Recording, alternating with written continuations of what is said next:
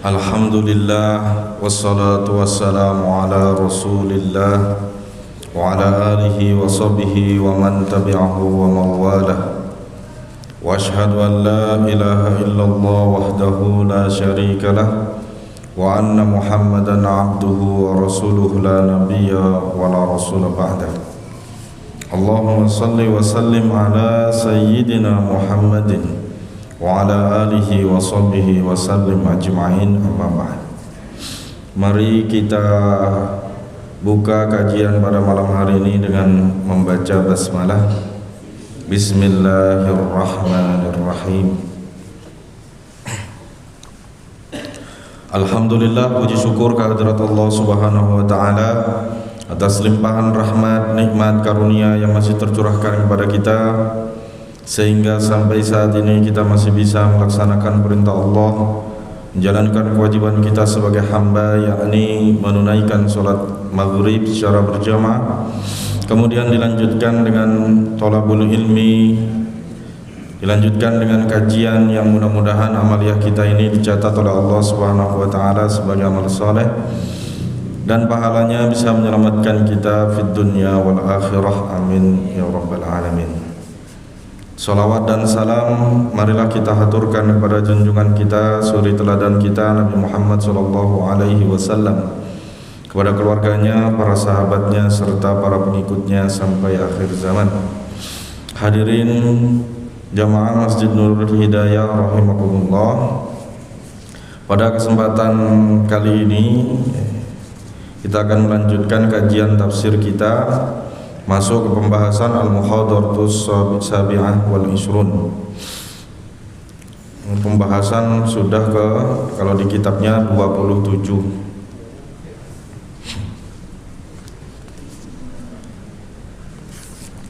Terakhir kali nombongnya.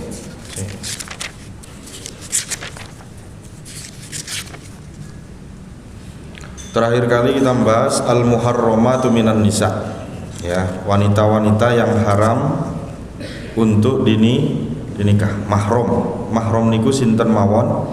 Nah, kemarin sudah kita bahas tuntas, insyaallah berkenaan dengan Al-Muharramatu minan nisa. Sekarang pembahasannya ini, judulnya di sini tertulis Wasailun mu'alijati syiqaq bainaz zawjain, upaya perawatan atau penanganan, upaya menangani pertengkaran antara suami istri, nah, gitu ya. Ini temanya tema pernikahan.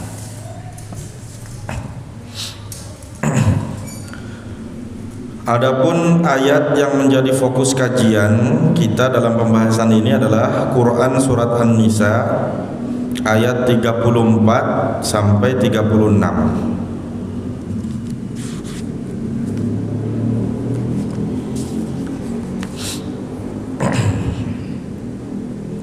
Allah Subhanahu wa taala berfirman, A'udzu billahi minasyaitonir rajim. Ar-rijalu qawwamuna 'alan nisa' bima faddalallahu ba'dahum 'ala ba'd wa bima anfaqu min amwalihim. Fas-salihatu qanitatun hafizatun lil ghaibi bima hafizallah wallati takhafuna nusuzahunna fa'idhuhunna wahjuruhunna bil fil madaji' wadribuhunna. Fa in ata'anakum fala tabghu 'alaihinna sabila innallaha kana 'aliyyan kabira.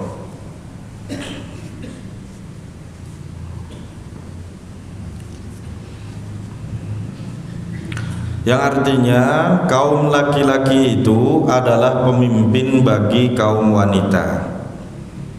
Oleh karena Allah telah melebihkan sebagian mereka laki-laki, ya, atas sebagian yang lain, dan karena mereka telah menafkahkan sebagian dari harta mereka, sebab itu maka wanita yang soleh ialah yang taat kepada Allah, lagi memelihara diri di balik pembelakangan suaminya.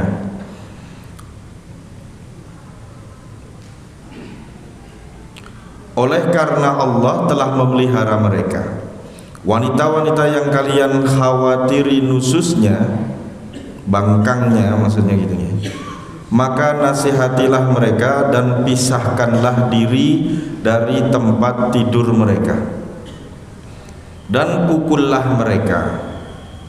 Kemudian jika mereka mentaati kalian, maka janganlah kalian mencari-cari jalan untuk menyusahkannya. Sesungguhnya Allah Maha Tinggi lagi Maha Besar.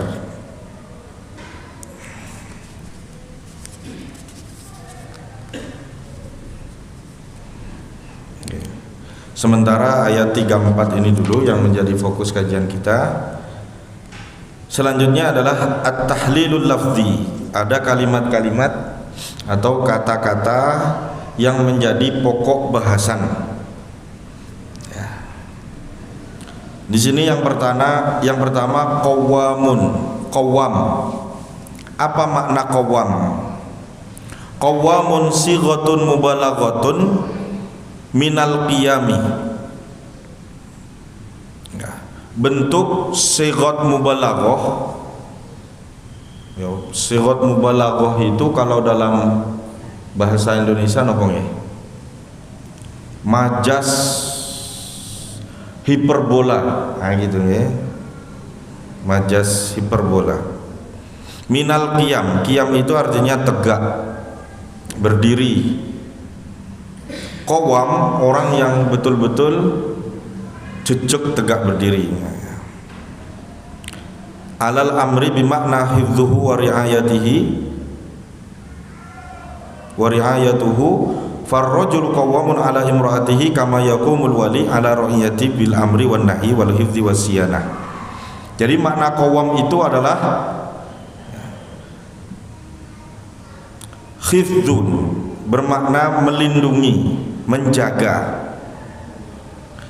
Kemudian bermakna riayah, sekaligus mengurus, bukan hanya melindungi dan menjaga, tapi juga mengurus.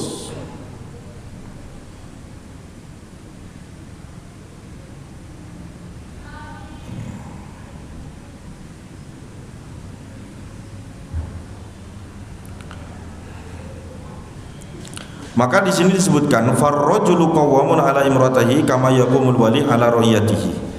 Maka di sini disebutkan suami atau laki-laki atas istrinya itu seperti pemimpin atas sesuatu hal yang ia pimpin. Ya, bil amri wan nahi, ya berhak untuk memerintah dan melarang. Wal hifdzu wasyiyanah, menjaga dan memberikan perlindungan. Tuh. Ya.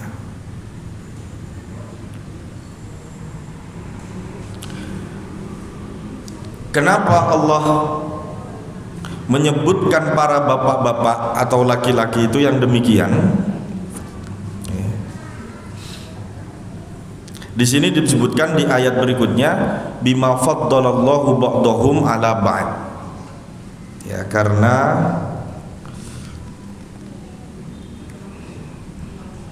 Allah telah melebihkan sebagian mereka laki-laki atas sebagian yang lain.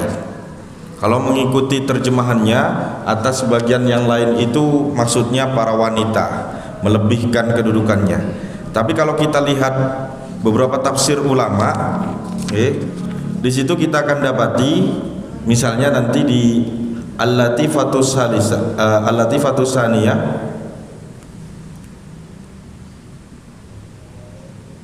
Al-Latifatus Salisah, ya,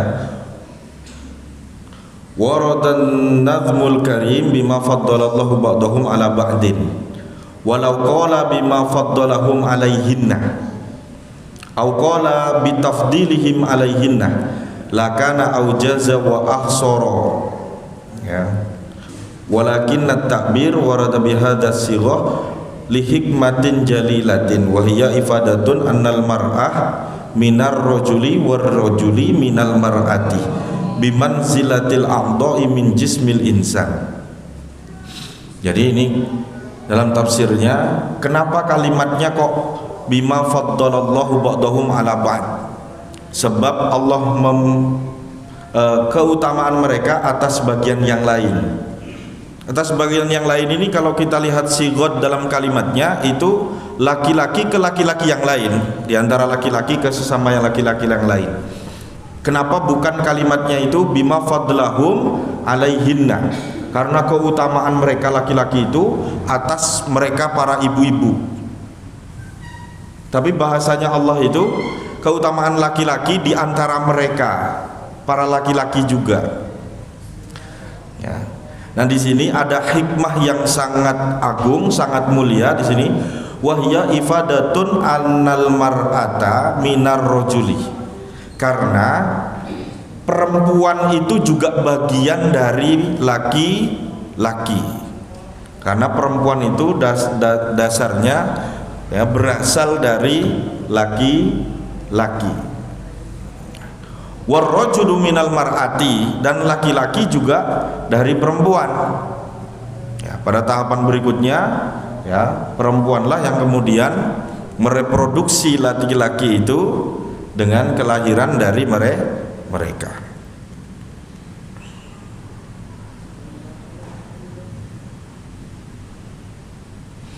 Makanya di sini disebutkan farrajulu bimanzilatir ra'si, maka laki-laki itu menduduki kedudukannya kepala.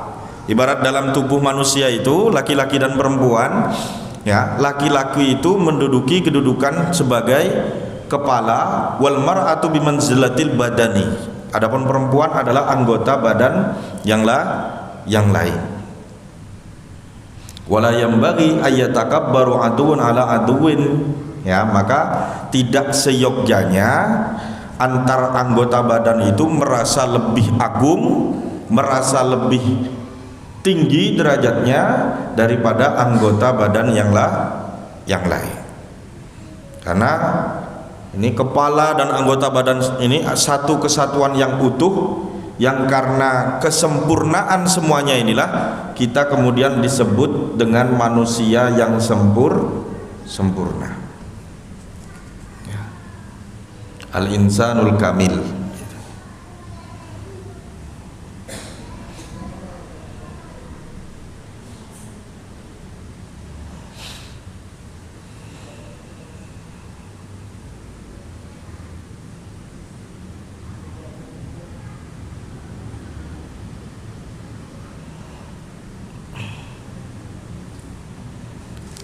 Jadi seperti itu. Jadi meskipun ada juga misalnya Syahibul Kasyaf ulama namanya Syekh Zamakhsyari yang mengarang kitab Al-Kasyaf, dia mengatakan zakaru fi fadlir rijal umuron minha al-aql. Ya, disebutkan di antara keutamaan bagi laki-laki itu karena beberapa hal, di antaranya al-aql, diberi kelebihan akal, logik. Karena memang kalau kita pelajari ternyata memang laki-laki itu dominan menggunakan akal, menggunakan logika. Ya. Kalau ibu-ibu itu dominan perasaan.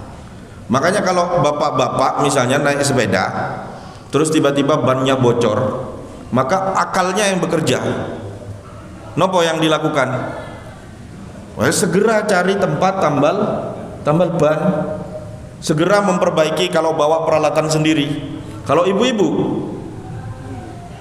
sedinteni dipandengi, iki opo kok meledos, kok iso sih meledos, dirasakno sik, engko lek wis rada tenang, nah baru kait dipikir ya apa carane ben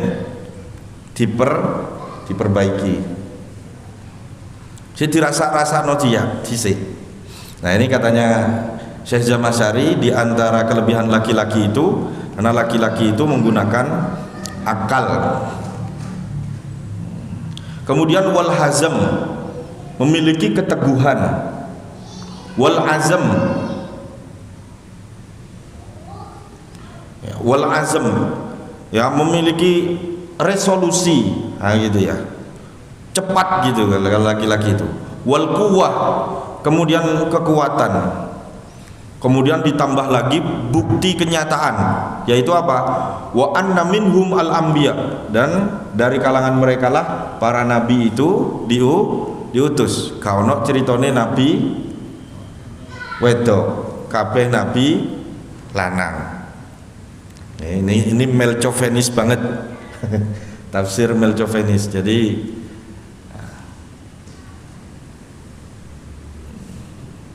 melebihkan laki-laki. Kemudian wa fihimul imamatul kubra was sughra wal jihad wal adzan wal khutbah wa syahadah. Banyak ya. Ya, kepemimpinan baik dari yang paling besar sampai yang paling kecil itu kebanyakan laki-laki. Jihad, ya, yang berjihad para laki-laki. Adzan para laki-laki. Khutbah juga para laki-laki. Wasyahada fil hudud, misalnya persaksian dalam persidangan kasus, ya, berbagai kasus. Wal kisos juga laki-laki. Waziyada fil miros, tambahan bagian dalam warisan itu juga laki-laki lebih banyak. Wal wilayah fin nikah, perwalian dalam nikah itu juga laki-laki. Wali nikah niku harus laki-laki. Nggak bisa ibu mewali nikahkan anak perempuannya. Kano bapak ono ibu tok, mosok gak iso ibu nikahno anake. Gak bisa Bung ya. Jangan maksa. Kalau nggak ada ayahnya berarti yang nikahkan sinten? Cari wali nikah yang lain. Kalau ada saudaranya ya saudaranya. Kalau nggak ada, wis itu anak satu-satunya, bapaknya gak ada saudara yang lain, gak punya paman juga misalnya dan lain sebagainya, maka ya wali hakim lagi-lagi diwakilkan kepada wali hakim, dan itu laki-laki.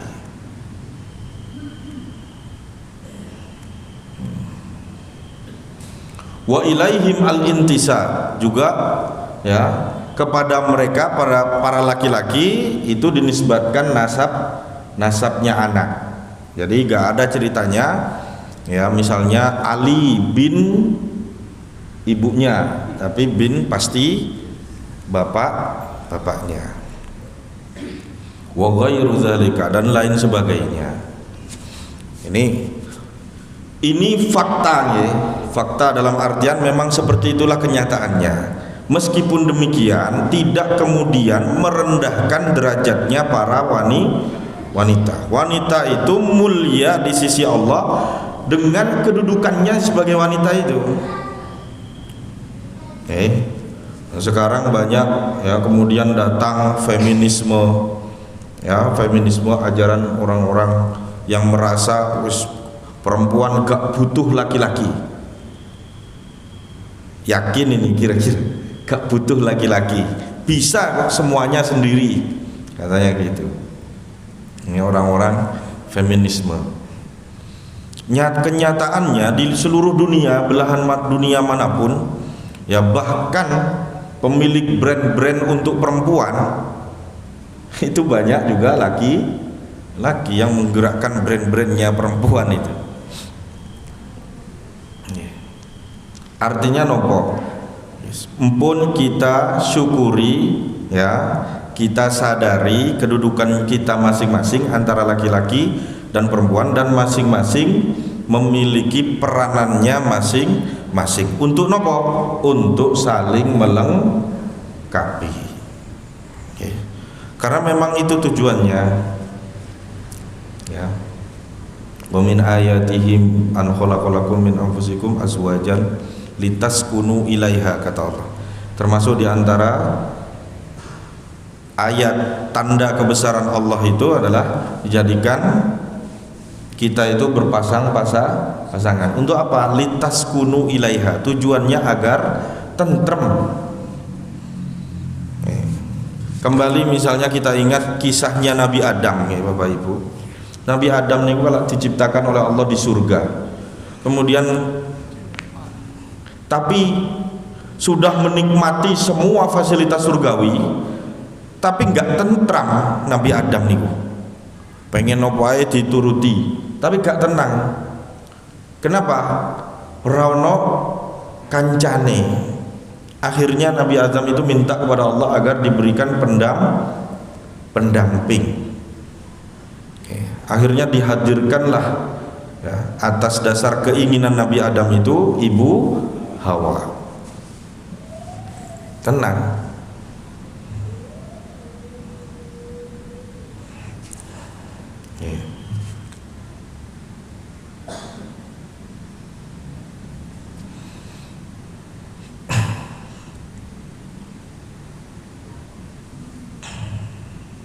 Nah, kemudian di kelanjutan dari ayat itu, ya,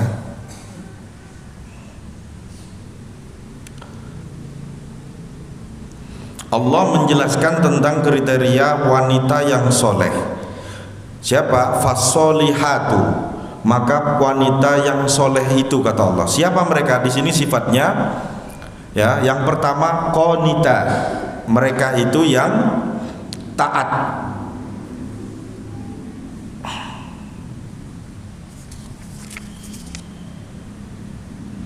Taat qanitat itu maksudnya adalah taatnya itu taat kepada Allah terhadap perintah Allah dan taat kepada suaminya pada hal-hal yang diridhoi oleh Allah, pada hal-hal yang bersifat kebaikan. Karena rumusnya ketaatan itu, ya, kata Nabi, la ta'ata limaksiatillah, tidak ada ketaatan untuk kemaksiatan kepada Allah. Itu kuncinya.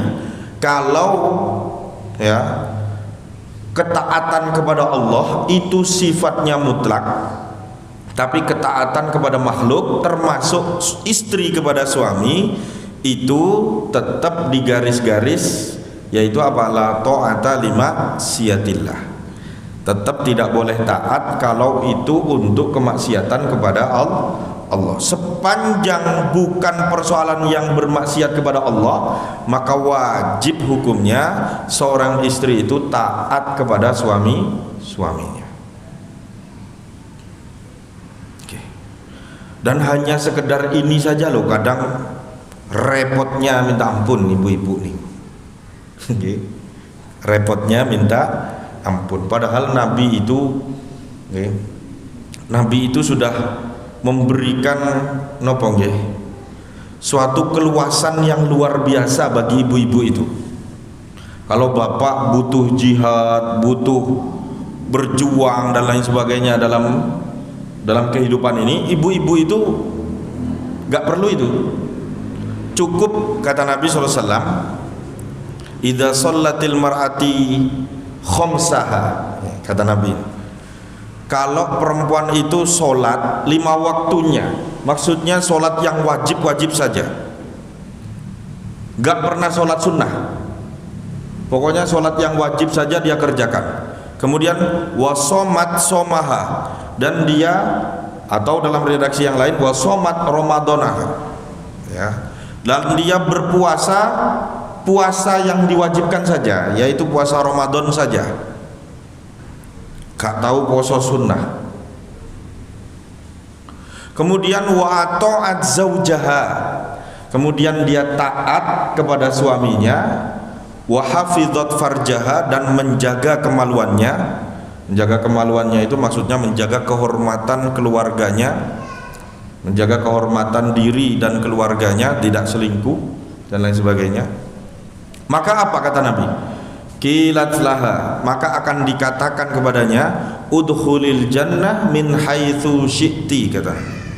Maka masuklah kamu ke dalam surga, ya, melalui pintu mana saja yang kamu sukai. Ini hanya berlaku untuk para perempuan. Jadi wis amalane wong wedok iku wis pokoke menjaga kehormatan, taat nang bojone, melaksanakan kewajiban sholat 5 waktu, puasa Ramadan. Wis gak usah nambah amal yang lain, maka itu cukup bagi dia untuk masuk surga melalui pintu mana saja yang dia suka, kata Nabi SAW.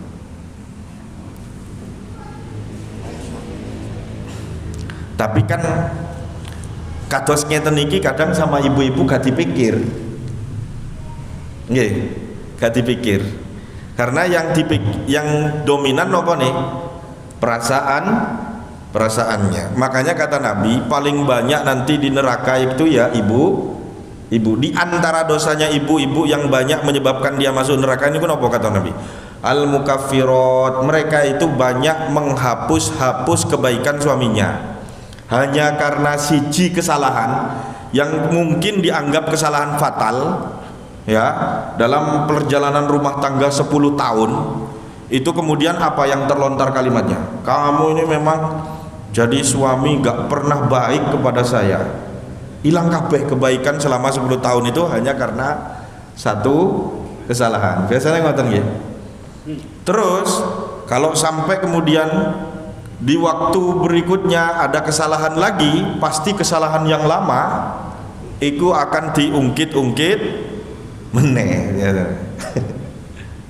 Nah itu gampang ilingan ibu-ibu itu kalau hal-hal yang demikian. Ya, maka ya itu tadi, kita itu ya menjadi pribadi yang kemudian Allah tetapkan sebagai pribadi yang soleh itu sesuai dengan peranannya masing-masing. Kalau bapak ya sebagai pemimpin keluarga, ya maka ibu itu adalah pendampingnya bapak, pendampingnya bapak. Ya.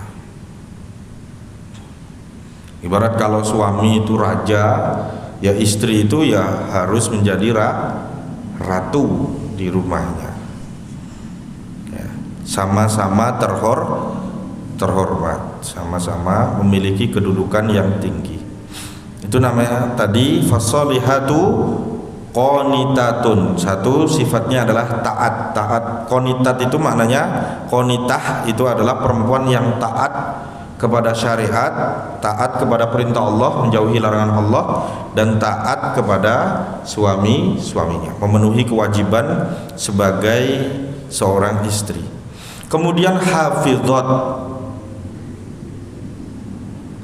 hafizatul lil ghaibi bima hafizallah.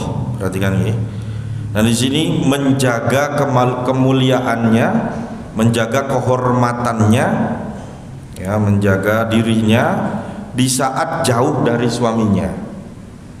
Tidak kemudian gampang gampang menggoda atau bahkan tergoda oleh ya, laki-laki lain. Dan kadang kecenderungannya itu begitu. Ibu-ibu ini perlu menjawab kenapa kadang kalau ngomong sama suaminya itu di rumah sengak gitu ya. Tapi kalau kepada suami orang lembut, nggih monggo pinara nang bojone dhewe. Itu kebalik ya Bapak Ibu ya, kebalik. Mestinya ke bapak itu, ke suaminya itu ya yang halus, yang lembut. Ke suami orang yang tegas. Nah, bukan justru kebalikannya.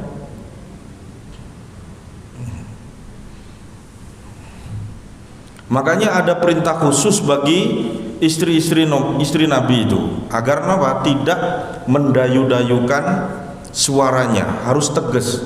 Kenapa? Karena dikhawatirkan ya berhadapan dengan laki-laki yang kemudian ada penyakit dalam hatinya. Ada penyakit dalam hatinya, kemudian memberanikan diri ya karena dilemah lembutin, wah kayaknya seneng ini aku, akhirnya digoda, timbullah fitnah. Ya, ini awal mula kehancuran. Maka niki ibu-ibu pelajarannya kalau mengikuti para istri-istrinya Nabi justru harusnya nopo lemah lembut niku ke suami, bukan ke suami orang, bukan ke orang lain.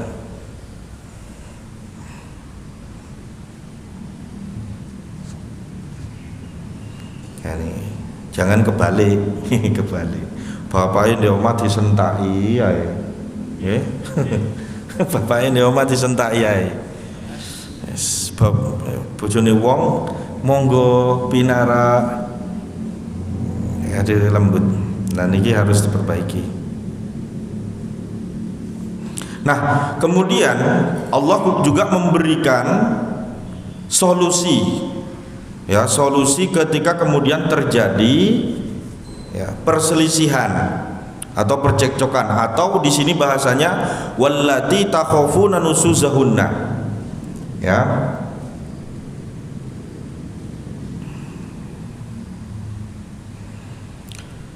wanita yang kalian khawatiri nususnya.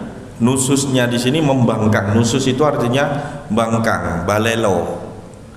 Kalau ada seorang istri yang nusus kepada suaminya, apa tahapan yang bisa dilakukan oleh suami untuk memberikan pelajaran kepada istrinya? Di sini Allah memberikan tahapan. Kata para ulama di sini, ya Pak, urutannya itu berdasarkan tahapannya. Gitu. Ini yang pendapat yang masyhur. Meskipun ada yang mengatakan dalam mazhab Syafi'i misalnya boleh langsung mukul misalnya. Kalau di sini kan tahapannya yang pertama fa'idhuhunna, nasihati mereka dengan nasihat yang baik, beri mauidhah, dinasehati, diajak ngobrol. Kita bisa bicara enggak dari hati ke hati? Kayaknya ini sudah melampaui batas. Bisa enggak lain kali kamu seperti ini, seperti ini? Harus seperti itu.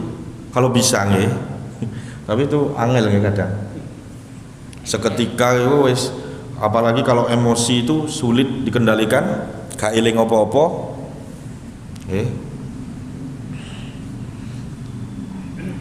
Maka ya, Allah itu luar biasa. Ibu-ibu itu dikaruniai dengan perasaan itu tadi, sebenarnya itu sebenarnya sebagai senjata bagi bapak-bapak. Jangan kemudian menghadapi bapak-bapak itu dengan cara bapak-bapak. Ini nasihat banyak ulama nih. Di antaranya niku.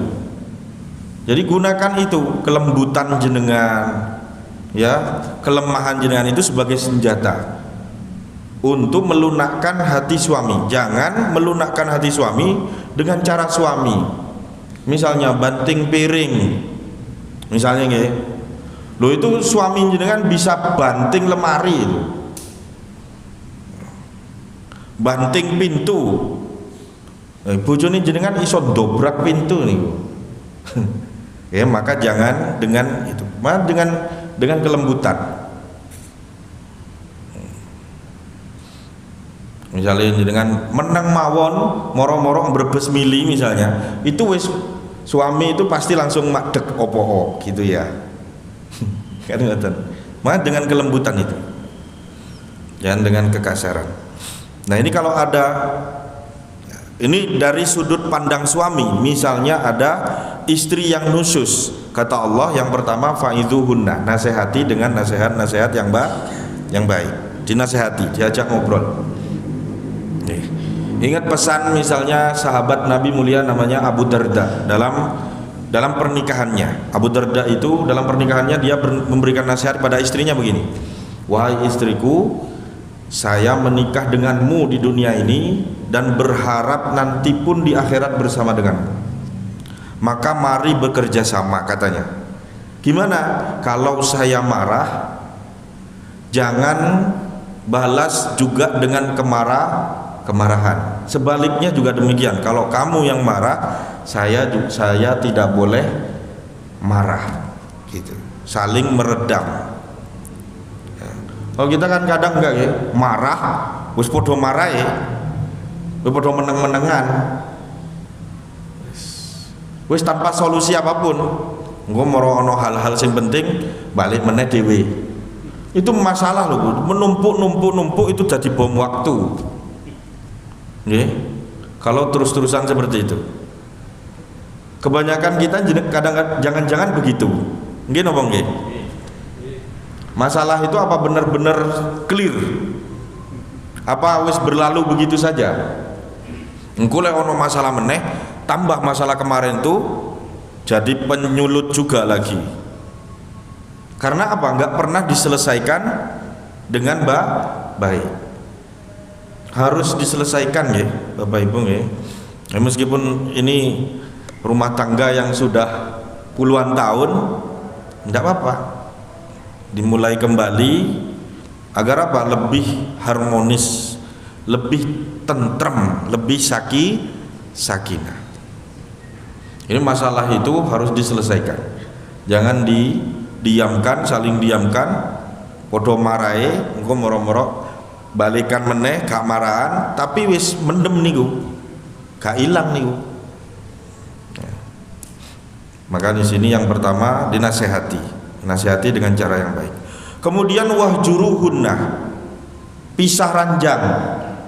Wahjuruhunna itu cenderungannya pisah ranjang. Meskipun kata Ibnu Abbas di sini keterangannya gak harus pisah ranjang, tetap satu ranjang tapi ungkur-ungkuran, diungkuri, gak ditoleh. Tapi meskipun kalau kita meskipun gak tukaran ya koyoke wis ungkur-ungkuran nggih. Kula niku lek tilem ngoten lho. Justru gak bisa tidur lek ngadep istri. Wonten sing ngoten niku. Meskipun istri itu pindah sebelah kanan misalnya nggih. Gak iso turu ngadep kanan. Berarti mungkur iso turu baru.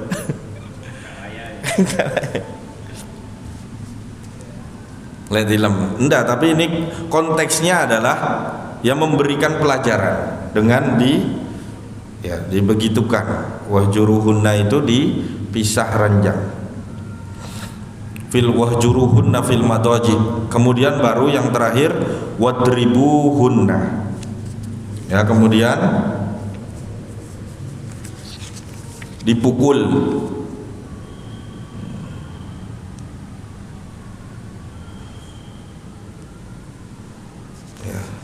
Meskipun di sini maknanya kata para ulama, pukulannya ini bukan pukulan menyakiti, tapi pukulan memberikan pelajaran.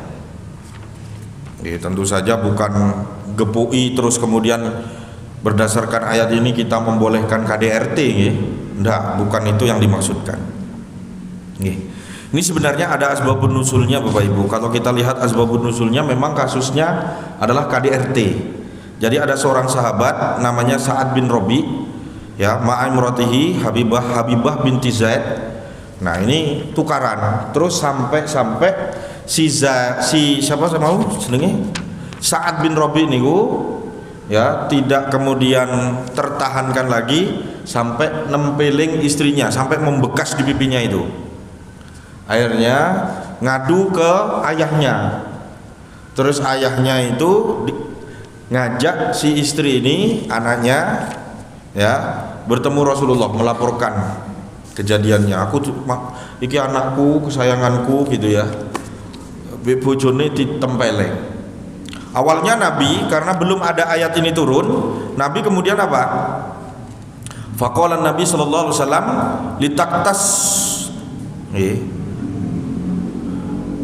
litaktasu min zaujiha, agar membalasnya. Oh, balasan katakan dari Kanjeng Nabi. Fansorofat ma abiha litaktasu minhu. Maka kemudian akhirnya bapak sama anak ini, istri yang tempeleng bojo niku mbak katim balik setelah mendapatkan nasihat dari Kanjeng Nabi begitu. Maka ya gak lama setelah mereka itu balik badan, dipanggil lagi sama Nabi. Sini balik. Irji'u, kata Nabi, hadza Jibril atani wa anzalallah. Jibril mendatangiku dan menurunkan ayat, Allah menurunkan ayat kepadaku, ar-rijalu qawwamuna 'alan nisa, dan seterusnya ayat.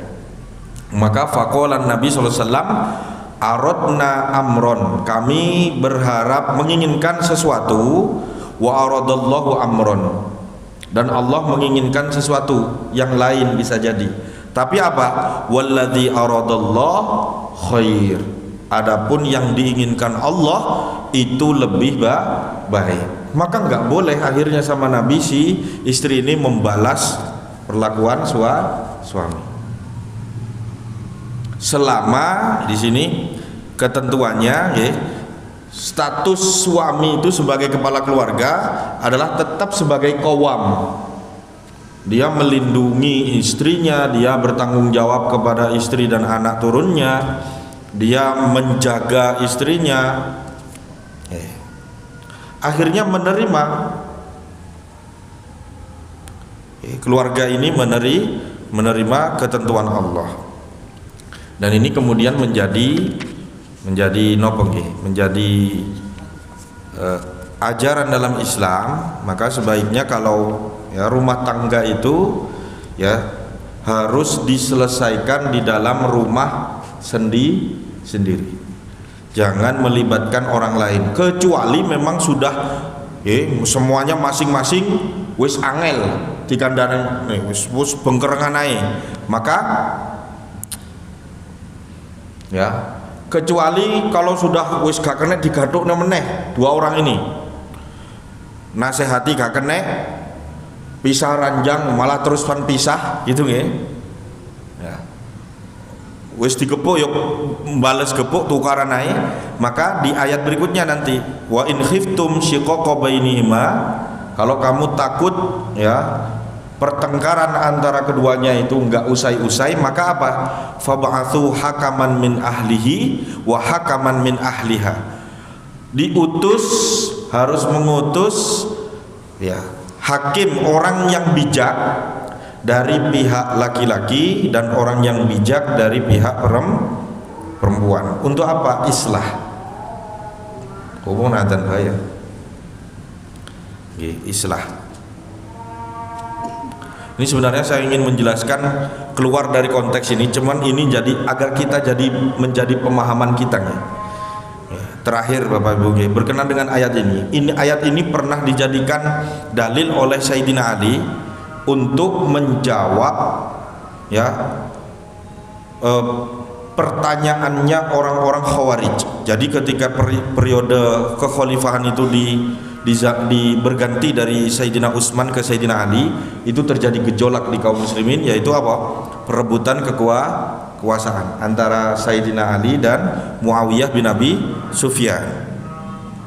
Ya, wes kita nggak perlu lebih detail nih karena waktunya dekat. Akhirnya muncul 3 golongan pada waktu itu nggih. Golongan Syiah awal-awal nih, bukan Syiah yang sekarang nggih. Syiah awal-awal pembela Sayyidina Ali. Kemudian golongan pembela Muawiyah bin Abi Sufyan. Kemudian yang ketiga golongan Khawarij ini. Dan mereka menyalahkan keduanya. Islam akhirnya jadi terpecah gara-gara Ali dan Muawiyah. Akhirnya Khawarij ini kemudian berencana untuk membunuh Sayyidina Ali dan Muawiyah. Nah tapi kan akhirnya nopo, dalam perang Siffin mereka peperangan, kemudian akhirnya terjadi islah. Nah ini kecewanya kaum Khawarij itu kepada Sayyidina Ali, kok mau berdamai dengan Muawiyah. Mana dalilnya di Quran kalau memang ada? Sayyidina Ali kemudian berdalil dengan ini. Wa in khiftum shiqaqa bainihima fab'athu hakaman min ahliha wa hakaman min ahliha. Nah, kasus pernikahan saja antara suami istri itu harus diislahkan dengan perwakilan masing-masing. Lah ini urusan negara ya. Urusan negara lebih besar apa enggak? Lebih besar. Maka lebih harus diislahkan. Nah ini pola pikir Ahlus Sunnah itu begitu. Tidak gampang hal-hal yang sifatnya besar itu kemudian diputusi dengan cara yang ngawur. Nah ini nanti sementara niku mudah-mudahan jadi tambahan ilmu yang bermanfaat. Ini belum masuk ke hukum-hukum terkait ya. Nanti kita pembahasan pendapat ulama berkenaan dengan hukum-hukum terkait ayat ini.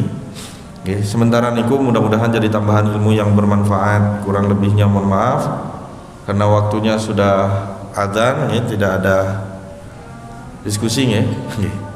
Kita akhiri dengan doa kafatul majlis. Subhanakallahumma wa bihamdika asyhadu an la ilaha illa anta astaghfiruka wa atubu ilaik. Walhamdulillahi rabbil alamin. Nasrun minallah wa tawfiqun basyiril mu'minin. Assalamualaikum warahmatullahi wabarakatuh.